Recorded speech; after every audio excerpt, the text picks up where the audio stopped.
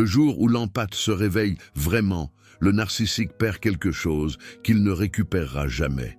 Pas parce qu'elle part, pas parce qu'elle t'abandonne, mais parce qu'elle lui échappe d'une façon qu'il ne peut même pas comprendre. Et c'est précisément ça, la vérité que personne ne dit clairement. Le narcissique n'a jamais compris qui tu étais vraiment. Pas une seule fois. Pas même au début, quand il te regardait avec ses yeux de chasseur qui croyait avoir trouvé sa proie parfaite. Il croyait te connaître. Il ne t'a jamais vu. Et aujourd'hui, je vais t'expliquer exactement pourquoi. Jung l'a documenté avec une précision qui fait froid dans le dos. Il y a 5 choses fondamentales que le narcissique ne peut pas comprendre sur l'empathe qu'il a perdue, non pas parce qu'il n'essaie pas, mais parce que sa structure psychologique l'en empêche structurellement, définitivement, irrémédiablement. Reste avec moi jusqu'à la fin. Ce que tu vas apprendre aujourd'hui va changer la façon dont tu vois tout ce que tu as vécu. Et je vais commencer par quelque chose que beaucoup de femmes que j'accompagne n'arrivent pas à formuler, mais qui les habite profondément. Il y a une douleur très particulière dans le fait d'avoir été avec quelqu'un qui ne t'a jamais vraiment vu. Tu pouvais parler, expliquer, pleurer, montrer ta douleur, et il regardait à travers toi comme si tu étais de verre. Pas parce qu'il était distrait, pas parce qu'il avait d'autres préoccupations, mais parce qu'il était structurellement incapable de percevoir ce que tu étais vraiment. Et cette incapacité-là, tu l'as vécue comme un échec. Comme si tu n'étais pas assez intéressante, pas assez profonde, pas assez aimable, alors que la vérité, c'est tout le contraire. Écoute-moi bien, car ce que je vais te révéler, personne n'ose le dire avec cette clarté. Ce que le narcissique ne pouvait pas voir en toi n'était pas une limite de ta part. C'était une limite de la sienne, une limite gravée dans la structure même de son psyché, une limite que ni le temps, ni l'amour, ni la patience, ni les sacrifices que tu as faits n'auraient pu effacer. Et le comprendre vraiment, pas seulement intellectuellement, mais dans tes tripes, dans ta façon de te regarder le matin, c'est ce qui va te libérer définitivement.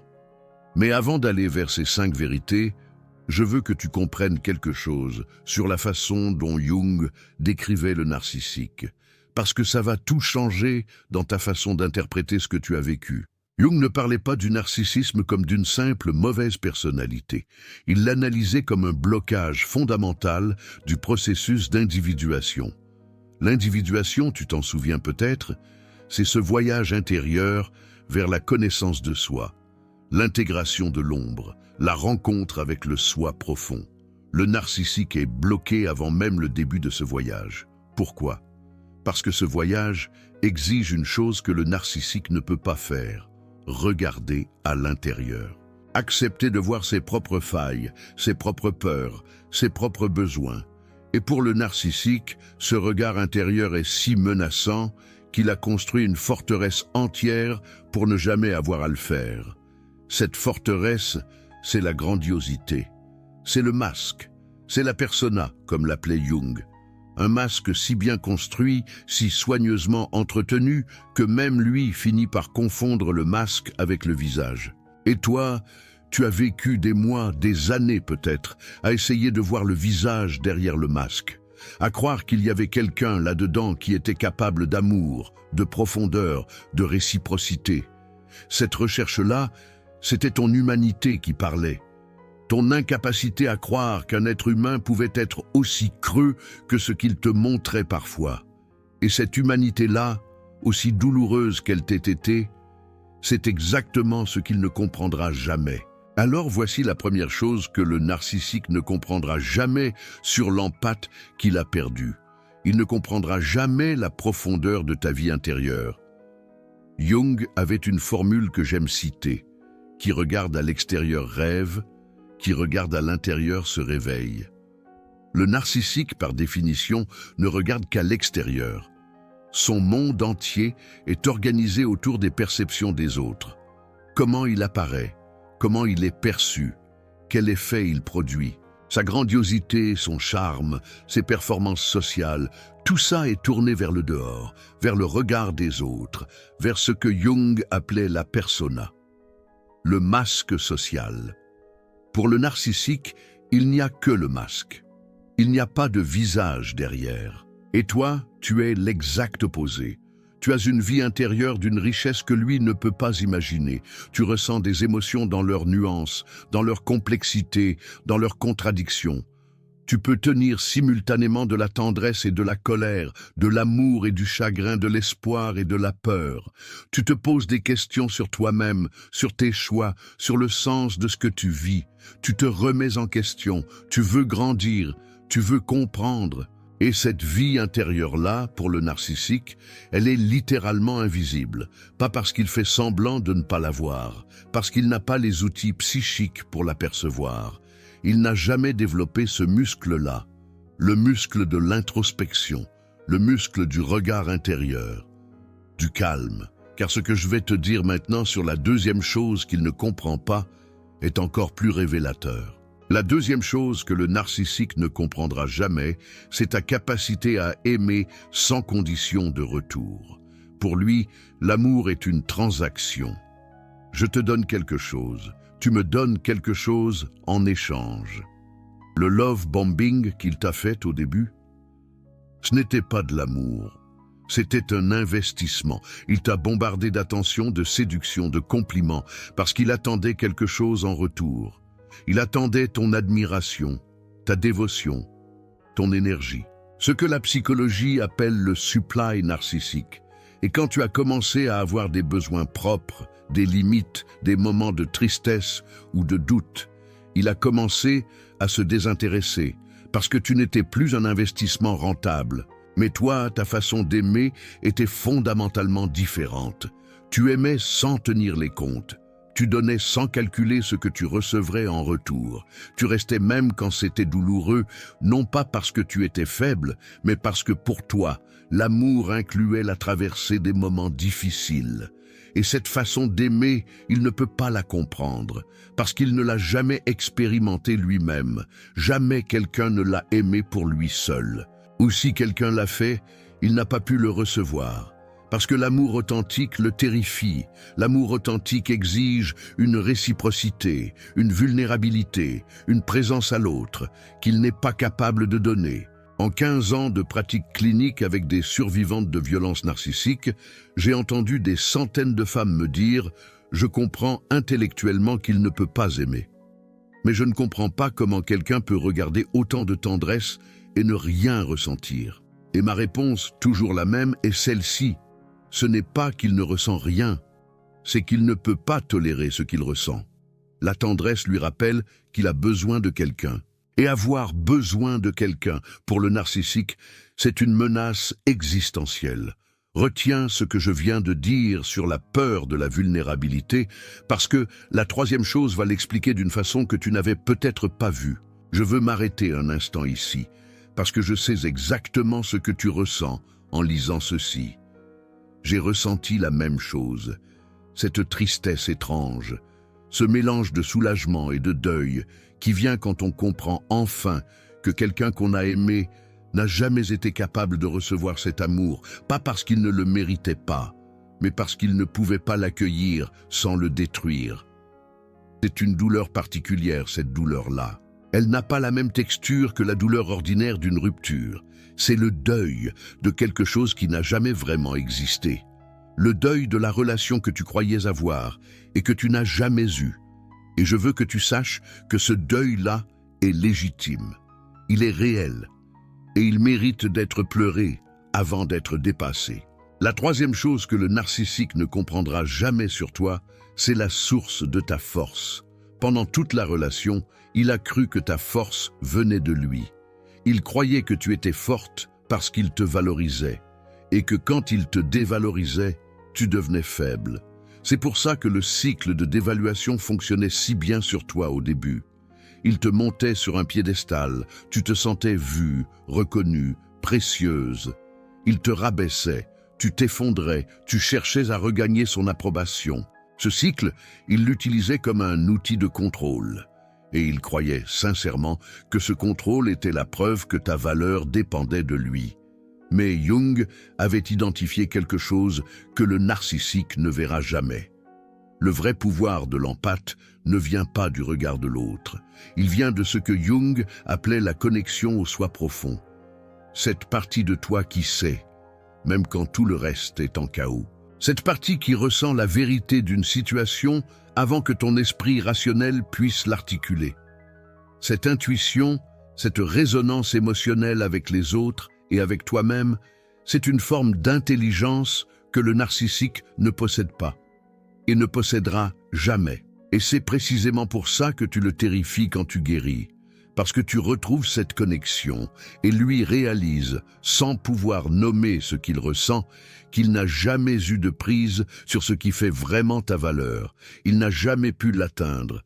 Et maintenant qu'il te voit te relever, maintenant qu'il voit que ton éclat revient, que ta vie reprend, qu'il ne peut plus te blesser comme avant, il comprend obscurément qu'il t'a perdu pour de vrai, non pas juste physiquement, mais dans un sens bien plus profond, qu'il ne sait même pas formuler. J'ai découvert quelque chose qui change tout sur la façon dont le narcissique perçoit la perte.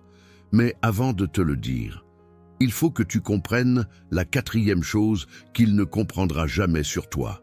La quatrième chose, c'est ta capacité à te transformer grâce à la douleur. Quand j'ai lu Jung pour la première fois après ma propre relation narcissique, j'ai compris quelque chose qui m'a libéré d'un poids énorme.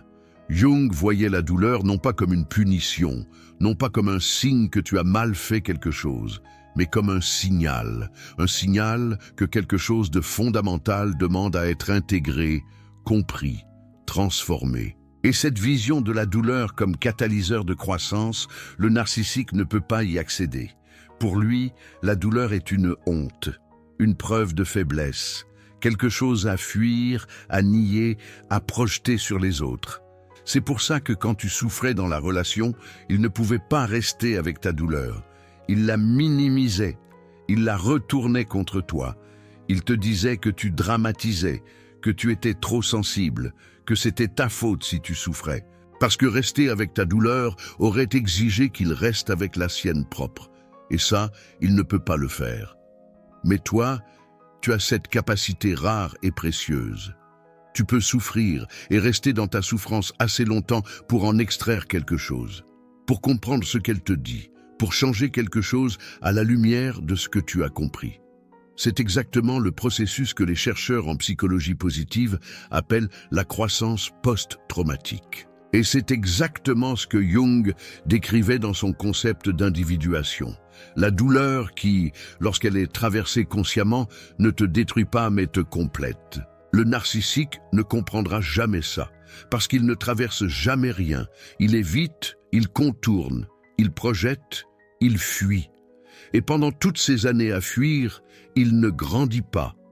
Il tourne en rond dans le même schéma, avec des visages différents autour de lui, mais la même pièce, le même rôle, le même vide qu'il essaie de remplir sans jamais y arriver.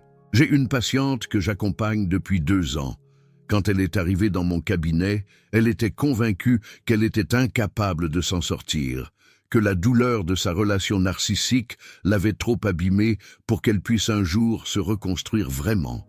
Elle m'a dit, presque mot pour mot, « Je suis cassée en trop de morceaux. » Et moi, je lui ai dit ce que je te dis aujourd'hui. Les morceaux ne sont pas une preuve de ta fragilité. Ils sont la preuve que quelque chose t'a traversé avec une force suffisante pour laisser une trace. Et les êtres qui ont été traversés par quelque chose d'aussi violent et qui se relèvent ne se reconstruisent pas comme avant. Ils se reconstruisent en mieux, en plus profond, en plus entier. 2 ans plus tard, cette femme dirige une association pour les victimes de violences narcissiques. Elle accompagne d'autres femmes avec une précision et une douceur que personne ne pouvait lui apprendre dans un livre, parce qu'elle a traversé. Et en traversant, elle a appris ce que lui ne saura jamais. Ça semble simple ? Il y a un détail dans la 5e chose qu'il ne comprend pas qui va tout expliquer sur pourquoi tu lui es définitivement inaccessible maintenant. La 5e chose que le narcissique ne comprendra jamais sur l'empathe qu'il a perdu, c'est la liberté que donne l'amour de soi. Pendant la relation, il a tout fait pour t'empêcher de t'aimer. Pas consciemment, pas avec un plan écrit sur du papier, mais structurellement, instinctivement, parce que ton amour-propre était une menace directe à son pouvoir sur toi. Une femme qui s'aime ne reste pas dans une relation où elle est constamment diminuée. Une femme qui s'aime ne dépense pas toute son énergie à essayer de répondre aux critiques jamais satisfaites de quelqu'un qui ne peut pas l'apprécier. Une femme qui s'aime finit par partir. Et lui le savait, d'une façon ou d'une autre. Alors il a travaillé systématiquement à éroder ton estime de toi, avec les mots, avec les silences, avec les comparaisons, avec le gaslighting, avec la triangulation, avec tous les outils de manipulation dont il disposait. Et maintenant que tu reconstruis cet amour de toi-même, maintenant que tu commences à te regarder dans le miroir, sans entendre sa voix qui te dit que tu n'es pas assez, quelque chose de fondamental change. Tu ne dépends plus de son approbation. Tu ne cherches plus à valider ton existence à travers ses réactions. Tu existes indépendamment de lui. Et cette indépendance-là, il ne peut pas la comprendre, parce qu'il ne l'a jamais vécue lui-même. Il dépend du regard des autres pour exister. Il a besoin du supply, de l'admiration, de la réaction, même négative, pour se sentir réel. Et toi, tu apprends à exister sans ce besoin, tu apprends la liberté que lui ne connaîtra jamais. Et c'est là que Jung avait raison d'une façon que j'ai mise des années à vraiment comprendre. Ce que le narcissique voit en toi, ce qui l'attire vers toi, ce qui l'obsède même après ta perte, ce n'est pas toi en tant que personne. C'est son propre reflet, c'est sa propre ombre, la partie de lui-même qu'il ne peut pas accepter, qu'il a répudiée, qu'il a enterrée sous des couches de grandiosité et de défense. Ta profondeur, ton amour, ta capacité à ressentir, à te transformer, à t'aimer, tout ça lui rappelle ce qu'il a renoncé à être. Et cette reconnaissance-là, elle lui fait l'effet d'un miroir qu'il ne peut ni accepter ni détourner. Et c'est là que quelque chose d'ironique et de profondément juste se produit. Plus tu guéris, plus tu t'éloignes de lui, plus tu construis cette vie qui ne le concerne plus, et plus il est attiré vers toi. Pas parce qu'il t'aime enfin, mais parce que l'écho de ce que tu représentais pour lui s'intensifie dans ton absence. Le supply que tu lui fournissais, cette combinaison d'admiration, de dévotion, d'énergie émotionnelle, n'a pas été remplacée facilement. Les autres ne te ressemblent pas. Les autres ne te donnent pas la même chose. Et lui, sans le comprendre, revient chercher ce qu'il a lui-même détruit. C'est pour ça qu'il revient. C'est pour ça qu'il cherche à te reprendre. Non pas parce qu'il t'aime, mais parce que ta présence lui permet, pendant un moment, de croire qu'il est capable de quelque chose de réel.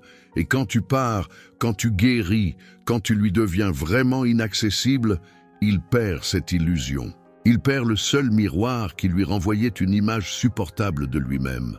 Tu viens de recevoir quelque chose d'essentiel, 5 vérités que Jung a documentées et que peu de psychologues exposent avec cette clarté. Le narcissique ne comprend pas ta vie intérieure. Il ne comprend pas ta façon d'aimer. Il ne comprend pas la source de ta force. Il ne comprend pas ta capacité à te transformer grâce à la douleur. Et il ne comprend pas la liberté que donne l'amour de soi. Ces 5 vérités ont été minimisées pendant des décennies, parce qu'elles demandent de la nuance, de la profondeur, et le courage de regarder la réalité de la manipulation narcissique sans la romantiser. Si cette chaîne t'a apporté quelque chose aujourd'hui, si ces mots ont touché quelque chose que tu portais sans pouvoir le nommer, le super thanks là en bas est ta façon de dire que ces vérités doivent continuer à atteindre les femmes qui en ont besoin. Tu n'es pas seulement spectatrice de ce chemin, tu en es gardienne, et chaque femme que tu aides à trouver cette chaîne est une femme de plus qui comprend qu'elle n'a jamais été le problème. Maintenant, je veux te laisser avec quelque chose de concret, une réflexion profonde que j'invite chacune de mes patientes à faire au moment où elles comprennent vraiment ce que le narcissique ne pouvait pas voir en elles. Je t'invite à prendre un moment, ce soir, dans le silence, et à te poser cette question, pas pour y répondre tout de suite, juste pour la laisser résonner. La question est celle-ci. Qu'est-ce que tu as en toi que même la pire période de ta vie n'a pas réussi à effacer? Prends le temps d'y penser vraiment, Pas la réponse que tu donneras aux autres, pas la réponse socialement acceptable, la réponse vraie, intime, celle que tu pourrais écrire dans un journal à 3 heures du matin quand tu ne te censures plus. Peut-être que c'est ta curiosité, cette façon que tu as de toujours vouloir comprendre, d'aller plus loin, de chercher le sens. Peut-être que c'est ta tendresse, cette capacité à accueillir la douleur des autres sans en être écrasé, à être présente vraiment. Peut-être que c'est ton courage. Pas le courage de ne pas avoir peur, mais le courage de continuer malgré la peur. Peut-être que c'est ton sens de la justice. Cette chose en toi qui se révolte quand quelque chose n'est pas juste, même quand tout le monde autour de toi accepte. Peut-être que c'est autre chose. Quelque chose d'unique, de proprement à toi, que tu as du mal à nommer. Ce que le narcissique n'a jamais compris, c'est que cette chose-là existe, qu'elle a toujours existé, qu'elle existait avant lui, pendant lui et après lui, qu'il n'a pas réussi à l'éteindre, même quand il a tout fait pour la minimiser, la critiquer, l'ignorer ou la retourner contre toi. Jung écrivait que la rencontre avec soi-même est l'une des expériences les plus désagréables, mais aussi les plus transformatrices. Et cette rencontre-là, tu l'as faite, dans la douleur souvent. Mais tu l'as faite. Et lui, non. Lui court encore après des miroirs. Lui cherche encore quelqu'un qui reflètera l'image qu'il veut avoir de lui-même. Lui n'a pas encore commencé le voyage que tu es en train de terminer. Souviens-toi de ce que j'ai dit sur la projection de l'ombre, parce que je veux que tu comprennes quelque chose de fondamental avant de finir. Tout ce qu'il t'a dit que tu étais, tout ce qu'il t'a reproché, tout ce qu'il t'a accusé de faire ou de ne pas faire, c'était lui. Projection inversée, comme Jung l'aurait dit. L'incapacité d'aimer qu'il t'a reproché, la sienne. La froideur qu'il t'a attribuée, la sienne. La manipulation qu'il t'a accusé de pratiquer, la sienne. Ce n'est pas une métaphore, c'est un mécanisme psychologique documenté, reproductible, universel dans le fonctionnement narcissique. Et le comprendre vraiment, pas juste l'accepter en théorie, mais le sentir dans ta chair, c'est peut-être le dernier verrou qui saute entre toi et ta liberté complète. Parce que tant que tu crois, même à 1%, que ce qu'il disait de toi était vrai, il garde une prise, même absent, même loin, même terminé. Mais quand tu comprends que sa lecture de toi était entièrement fausse, non pas parce que tu es parfaite, mais parce qu'il était structurellement incapable de te voir, quelque chose se libère. Et cette liberté-là, personne ne peut te la reprendre. Ni lui, ni personne d'autre. L'empathe qu'il a perdue n'est plus là. Elle ne reviendra pas, non pas parce qu'elle est partie quelque part, mais parce qu'elle s'est transformée en quelqu'un qu'il n'a jamais rencontré. Quelqu'un qui sait maintenant ce qu'il est. Quelqu'un qui reconnaît les signes avant qu'il soit trop tard. Quelqu'un dont les frontières sont réelles, solides et non négociables. Quelqu'un qui s'aime assez pour choisir la paix plutôt que l'intensité du chaos. Quelqu'un qu'il ne pourra jamais comprendre, parce que pour la comprendre, il devrait faire le travail qu'il refusera de faire jusqu'à la fin de sa vie. Ce que je veux que tu emportes de cette vidéo, c'est une certitude simple.